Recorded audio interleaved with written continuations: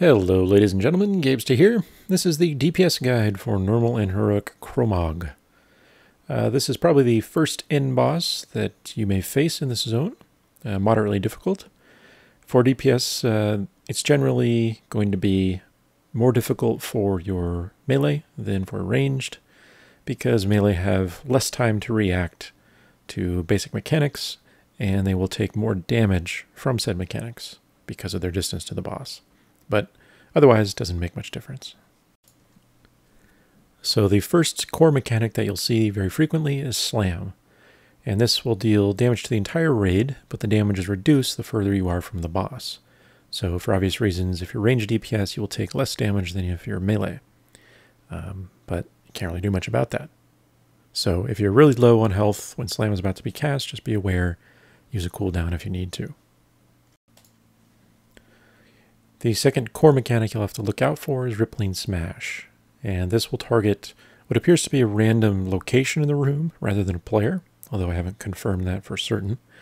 But he will essentially spawn a cone of rocks that will shoot out from his location in that direction. So when you see the cast begin, make sure you watch his facing. That's the only way to tell where he's going to shoot it, and just sidestep so that you are not in the path of it. Generally speaking, melee have to react faster than range do, but otherwise it's the same basic idea. Now after the boss uses either Slam or Rippling Smash, he will cast a series of Reverberations, which are the yellow discs that you've seen in many other fights. These do moderate physical damage to the first person they touch, so generally speaking you want to do your best to sidestep them. Now if they hit one person in front of you, they will dissipate immediately, so you can just stay there safely if someone in front of you is going to get hit, but generally speaking, you want to avoid them. It is worth noting that melee do have to react more quickly because most of them will spawn in melee range. However, it's also possible, if you want to risk it as a melee, that you can actually get right up next to the boss when he's about to spawn a series of those, so long as he's not about to do Slam, but because half the time he just casts Slam, it won't be that ability. Anyway, you can get really close to the boss, and in many cases the reverberation discs will spawn behind you. But some of them do spawn in the boss's kind of body position, so you can't avoid all of them by doing that as melee. But in general, that will avoid a good chunk of them. You don't have to think about it.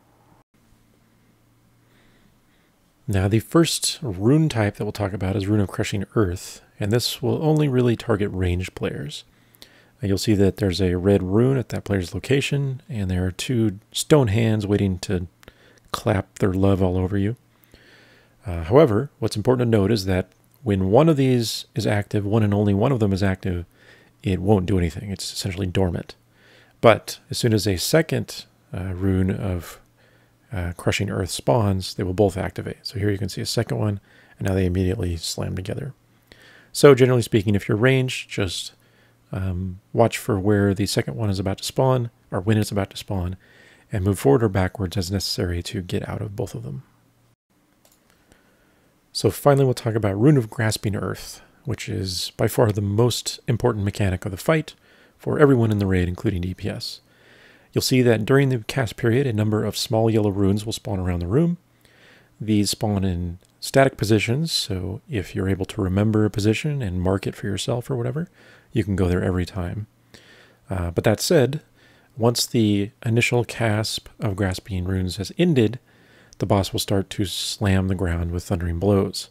And during this channeled period, anyone that is not currently grasped by a Grasping Earth hand will take heavy physical damage and be shot into the air.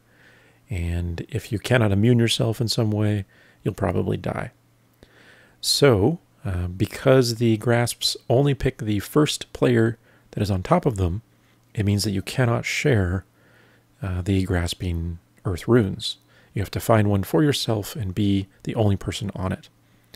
So your raid will probably have various strategies for dealing with these. For example, our raid had our ranged players kind of go toward the back of the room, the healers in the center, and the melee toward the front. And that way there was less likelihood that people would try to steal from one another. But just generally speaking, communicate, watch if other people are trying to stand in yours, all that good stuff. Now, once you are grasped, you'll notice that the hand itself is attackable. They have about 700,000 health or so, depending on your raid size probably. But if you kill it too quickly, you will not be immune to the thundering blows. What you instead want to do is try to get your grasp low enough that when the thundering blows completes, you can kill it off quickly, break yourself out, and then go about finishing off other grasping earth hands for players that don't have the damage. So you have to help break out healers and tanks perhaps, all that good stuff.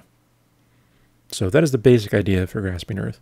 Find a position by yourself, wait for the thundering blows to end, and then start breaking yourself out and others. Classes that have heavy area effect damage, so balanced druids, rep paladins, all that good stuff, they probably can afford to start area of effecting pretty much right away. You have to just base it on your own raid makeup and composition and all that stuff. But we found that ours were able to do so without without accidentally breaking someone too early. So plan around that accordingly, essentially.